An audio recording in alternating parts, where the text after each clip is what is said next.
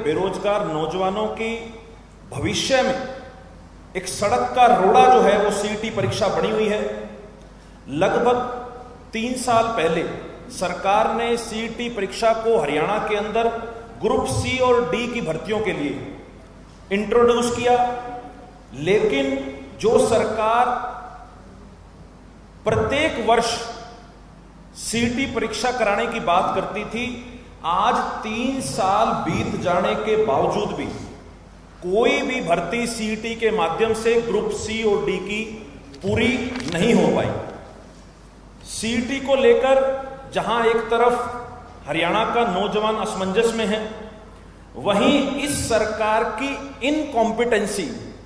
इस परीक्षा के माध्यम से भर्तियों को करवाने की, उसको लेकर कहीं ना कहीं नौजवानों में सरकार के प्रति, मनोहर लाल खट्टर जी के प्रति, दुष्यंत चौटाला जी के प्रति बहुत ज्यादा रोष है। सरकार की असक्षमता सबसे पहले तो पॉलिसी बनाने में जाहिर होती है।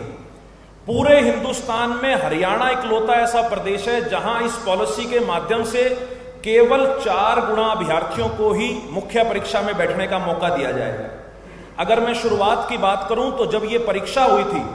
जब 7.5-8 लाख नौजवानों ने इस भर्ती प्रक्रिया में हिस्सा लिया था, तो जो सरकार 2019 में परीक्षा केंद्रों को जिलों में कराने का दावा करती थी, तो कहीं ना कहीं उस चीज में भी सरकार जो है विफल हुई है। लेकिन आज हम आपके समक्ष उससे भी बड़ा एक नमूना हरियाणा सरकार द्वारा, जो हाल ही में 7 ग्रुप व 14 कैटेगरी के जो फिजिकल मेजरमेंट टेस्ट की लिस्ट हाल ही में हरियाणा स्टाफ सिलेक्शन कमीशन द्वारा जारी की गई है, आज उसका नमूना लेके आज हम आपके समक्ष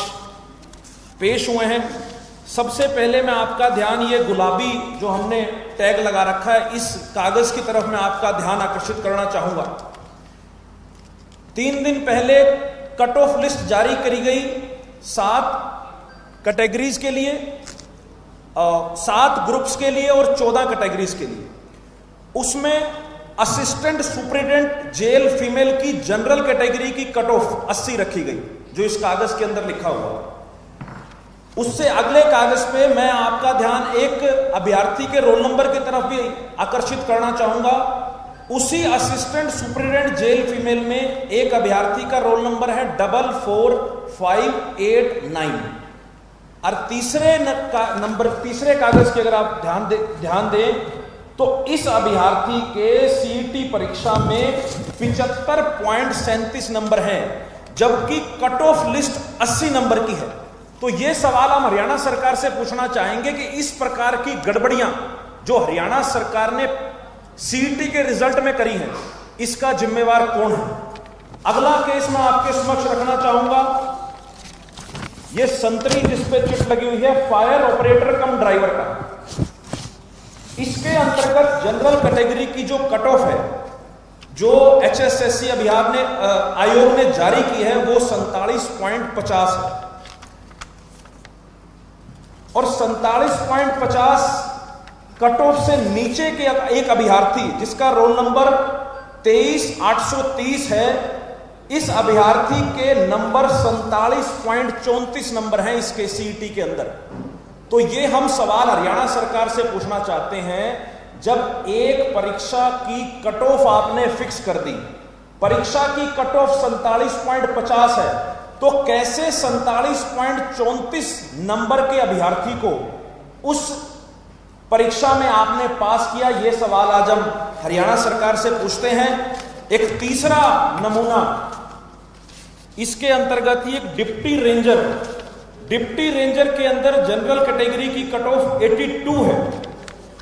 और अगर मैं आपके सामने एक रोल नंबर बताऊं 42478, इस अभ्यर्थी के जनरल कैटेगरी के नंबर बनते हैं 81.59, जबकि कट ऑफ सरकार ने जारी करी है 82। तो ये गड़बड़ियां सीईटी के रिजल्ट में, जो पीएमटी की लिस्ट जारी हुई है, उसमें लगातार हरियाणा सरकार के द्वारा, HSSC आयोग के द्वारा ये गलतियां की गई हैं। इसकी वजह से विद्यार्थी परेशान है, नौजवान परेशान है, लेकिन प्रदेश में उनकी सुनवाई नहीं है। हाल ही में मुख्यमंत्री जी ने कल प्रेस वार्ता करके बड़े स्पष्ट शब्दों में यह बोला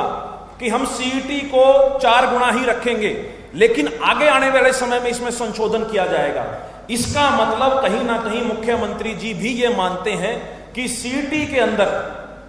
इस पॉलिसी बनाने के अंदर सरकार से खामियां हुई हैं, सरकार से गलतियां हुई हैं। तो हमने ये जो आपके सामने 3 नमूने हरियाणा सरकार के सिर्फ इसलिए रखे,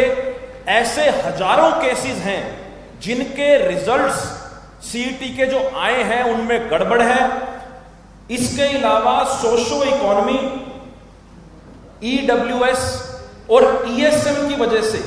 जो रिजल्ट्स के अंदर परेशानियां विद्यार्थियों को झेलनी पड़ रही है, हम चाहते हैं कि हरियाणा सरकार उनका भी कोई निवारण करे।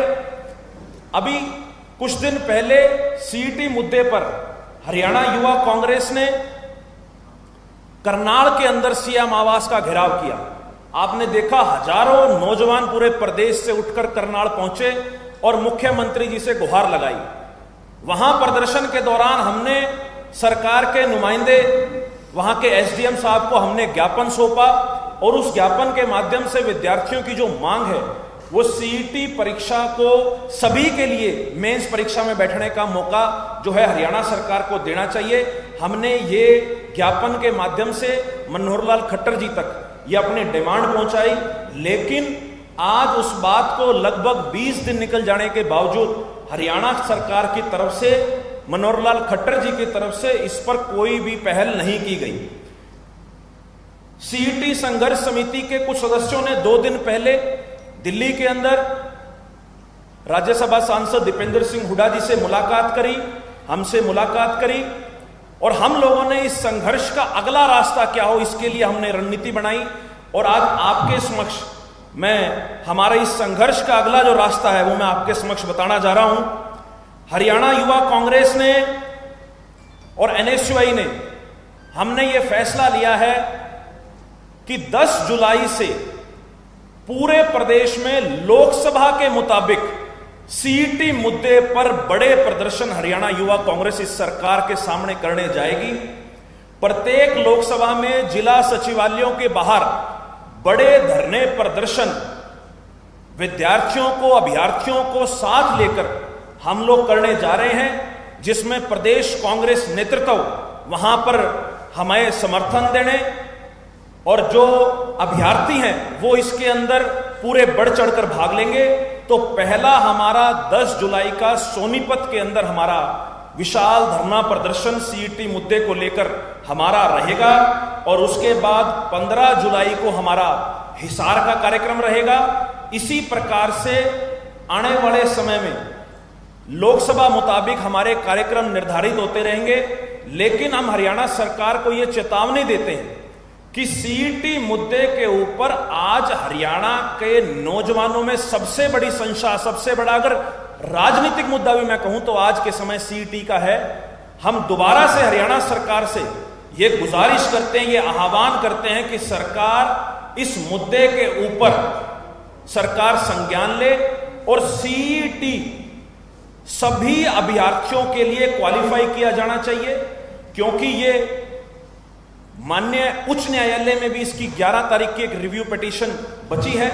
अगर उसके बाद सुप्रीम कोर्ट में भी जाना पड़ा तो हमने सीईटी संघर्ष समिति को अपनी तरफ से यह आश्वासन दिया है कि सड़कों पर भी और कानूनी जो भी हमसे मदद हो पाएगी कांग्रेस पार्टी की तरफ से, यूथ कांग्रेस की तरफ से, हम पूरे तरीके से पूर्ण रूप से इनके साथ हैं और इस लड़ाई में हम सरकार को मजबूर करेंगे कि सरकार सीईटी के विषय पर विचार करे और जिस प्रकार से हमारे नेबरिंग स्टेट हैं, चाहे वो राजस्थान की बात है, चाहे वो यूपी की बात है, जहां पर 10 गुना 15 गुना अभ्यर्थियों को परीक्षा के अंदर बुलाया जाता है, हम सरकार को यह मजबूर करेंगे कि सरकार इसके ऊपर पुनर्विचार ले और अभ्यर्थियों के हक में सीईटी के मामले पर फैसला ले। धन्यवाद।